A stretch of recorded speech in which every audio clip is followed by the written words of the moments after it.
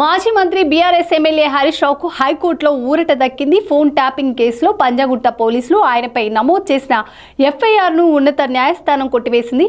Real estate వ్యాపారి చక్రధర్ గౌడ్ ఫిర్యాదు మేరకు పంజాగుట్ట పోలీసులు హరీష్ రావుతో పాటు రాధాకిషన్ రావుపై కేసు నమోదు చేశారు.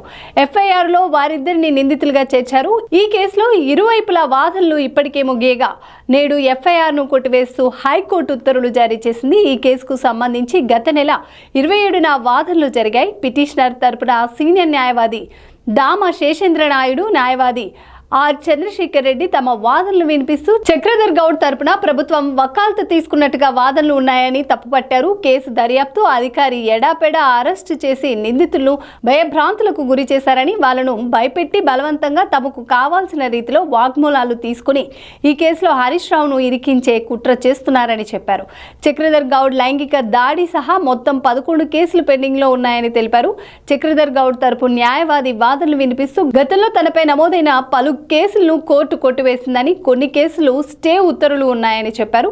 ఇరుపక్షాల వాదనలు పూర్తి కావడంతో తీర్పును నేటికి వాయిదా వేసిన కోర్టు హరీష్ రావుపై నమోదైన ఎఫ్ఐఆర్ను కొట్టివేసింది.